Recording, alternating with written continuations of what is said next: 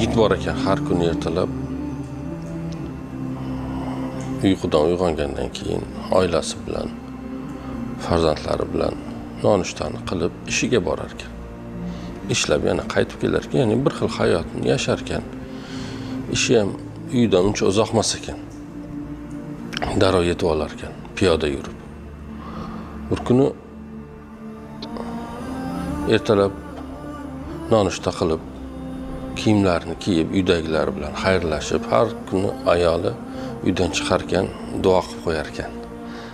Yo'lingiz oydin bo'lsin, Alloh ishlaringizni rivojini bersin, boshingiz omon bo'lsin degan ma'noda duo qilib qo'yar ekan.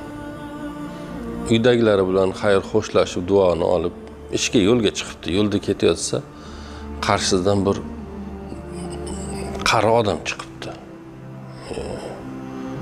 Bunga yaqin kelibdi-da, biroz egilib, bolam non debdi. Yigit cho'ntagini kovlab, nonga yetarli pulni chiqarib, otaxonga uzatsa, otaxon qo'lini qaytaribdi-da, non debdi yani. Keyin aytibdi, otaxon mana nonga yetadigan pul beryapman. Yoniga ozgina sho'rva olsangiz ham bo'ladi. Desa, boyagi otaxon juda ham yaqin kelibdi bunga va aytibdiki, menga nonni sen olib berasan debdi. Endi juda ham tong bo'lgani uchun hali novvoyxonalar ochilgan, ochilmagan, bola ishiga shoshyapti uni ustiga. Lekin nima bo'lsa ham men bu otaxonga non olib beraman deb ko'ngliga tugibdi va atrofni qidirib bir ochiq novvoyxonani topib otaxonga nonni olib beribdi. Yana ozgina pul ham beribdi. Otaxon boyagi yigitga yaqinroq kelibdi-da, ko'ziga juda qattiq qarabdi-da.